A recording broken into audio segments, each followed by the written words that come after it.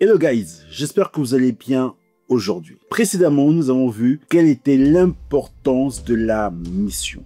Votre mission. Qu'est-ce que le Seigneur a prévu pour toi? Qu'est-ce que le Seigneur attend de toi? Quel est ton but et ta mission dans la vie? Je t'ai laissé avec ces devoirs de pouvoir consulter le Saint-Esprit pour que tu puisses avoir des réponses. Est-ce que tu l'as fait? Si tu l'as fait, n'hésite pas à m'écrire en DM pour me partager ta mission, la révélation de ta mission. En attendant, aujourd'hui, on va avancer sur le sujet. On va avancer en abordant la question des dons et des talents. On me dit souvent, Augustin, mais Augustin, comment je fais quand je ne connais pas la mission? Comment je fais lorsque je n'ai pas connaissance de ce que le Seigneur attend de moi? Mais la réponse que je donne, la première réponse que je donne, c'est tes dons et tes talents. Concentre-toi sur tes dons et tes talents.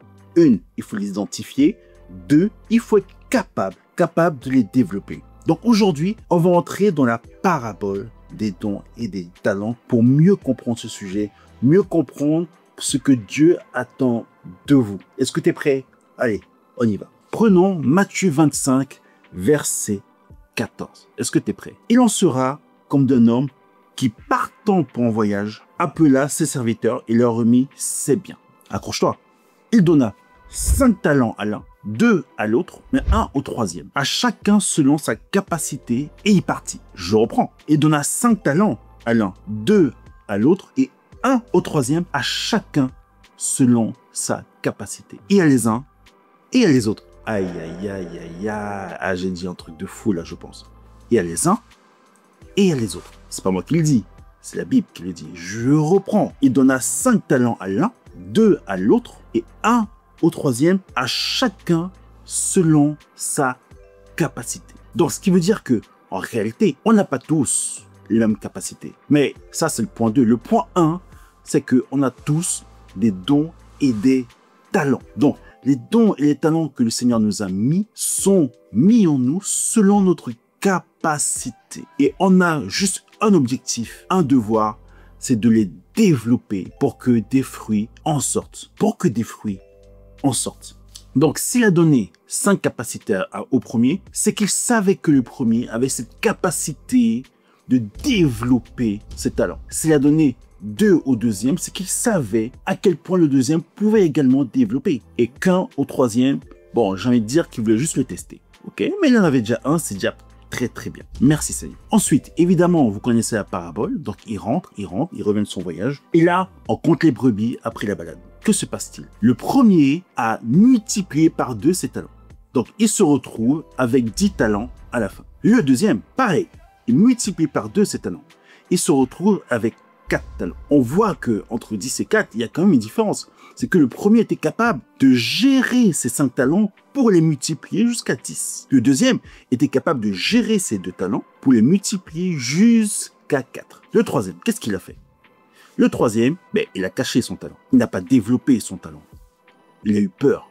Regardez, toujours dans le même livre, Matthieu 25, verset 25. Celui qui a eu peur du talent se justifiait en disant « J'ai eu peur et je suis allé cacher le talent dans la terre. Voici, prends ce qui est à toi. » Donc il dit « J'ai eu peur. » Tu as peur de monter ton business? Tu as peur de faire des propositions à ton boss? Tu as peur de faire le pas qui te ferait entrer dans ta destinée? Tu as peur de pouvoir développer ton talent? Il a dit, il a eu peur. La réalité est que on a tous peur.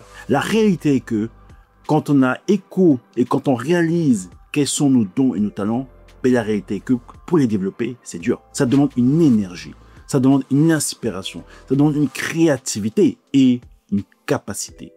Je reviens, à chacun selon sa capacité. Il a eu peur. Donc aujourd'hui, ce que je peux te dire, c'est qu'on a tous peur. On a tous peur. Quand je quitte Alstom pour monter ma première boîte, ne pense pas que j'ai pas eu peur. J'ai eu peur. Comment je vais manger? Est-ce que je vais gagner ma vie? Comment je vais faire? On s'est tous posé ces questions au démarrage. Mais la seule chose qui compte, c'est le fait que tu développes tes dons et tes talents. Maintenant, regardons les conséquences. Il dit à celui qui n'a pas développé son don, ses dons et ses talents.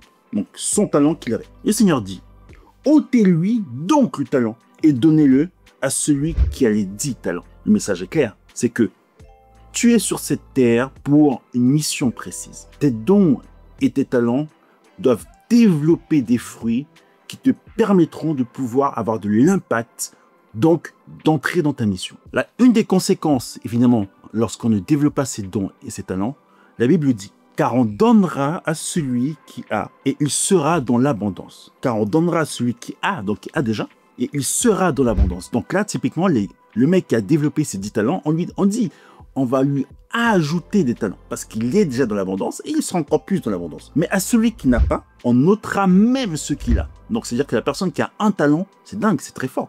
On va lui enlever ce talent. Conséquence. Et le serviteur inutile. J'aime bien ce terme serviteur, parce qu'en réalité, le terme serviteur, c'est toi et moi. Parce qu'on sert tous pour une mission. On sert tous pour un but à quelque chose. Donc on est serviteur de la vie de quelqu'un qu'on ne connaît pas. On sert à quelque chose. Serviteur, c'est servir. Donc on sert à quelque chose. Et le serviteur inutile, jetez-le dans les ténèbres du dehors, où il y aura des pleurs et des grincements de dents. C'est quoi des pleurs et des grincements de dents? C'est le fait de se faire chier dans la vie.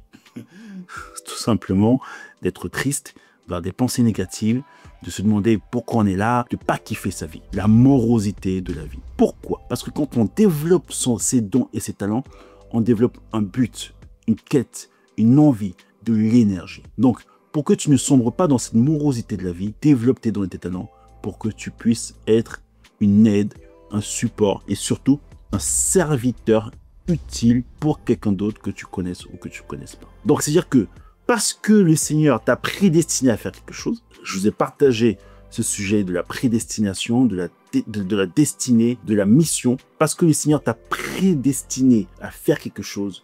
Il a prévu que les fruits de tes dons et de tes talents servent à quelque chose. Donc, si tu ne les développes pas, qu'est-ce qu'il fait? Ôtez-lui donc le talent et donnez-le à celui qui a 10 talents. Parce que les fruits de ton talent sont censés bénir, toucher, impacter une personne sur cette terre. Mais quand ça impacte une personne, ça impacte son écosystème, son frère, sa famille et d'autres personnes. Donc, c'est pas une personne qu'on touche en réalité. Quand on touche une personne, c'est potentiellement des dizaines, des centaines de personnes derrière. Donc, si toi, tu ne le fais pas, qu'est-ce que le Seigneur fait? Ôtez-lui le talent.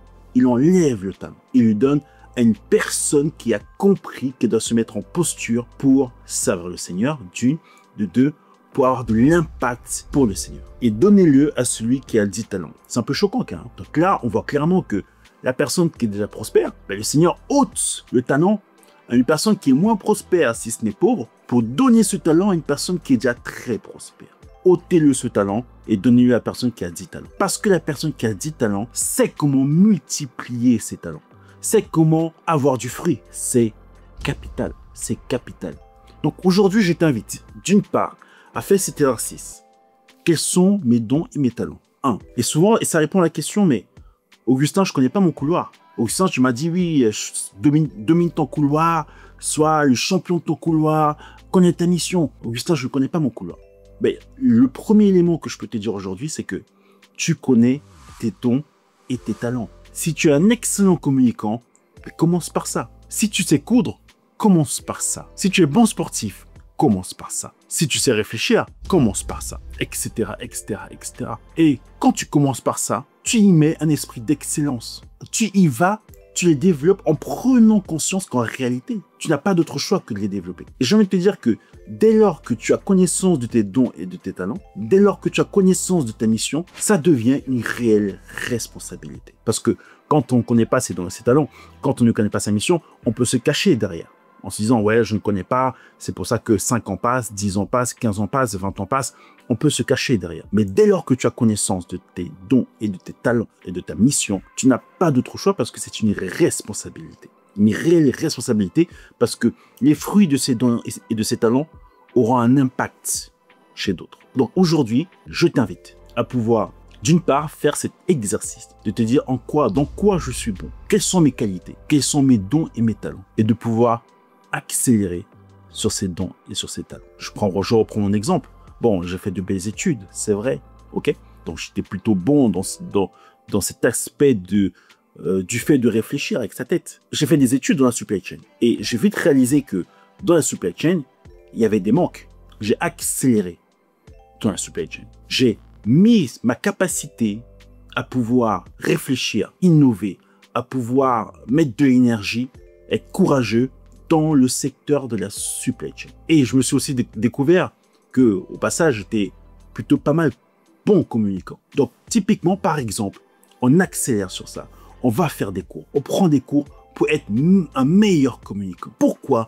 Parce que derrière, le fruit de cet exercice aura un impact direct sur quelqu'un, une personne, 10 personnes, des centaines de personnes, des milliers de personnes, des millions de personnes. Parce qu'en réalité, quand tu touches une personne à nouveau, tu touches tout son écosystème.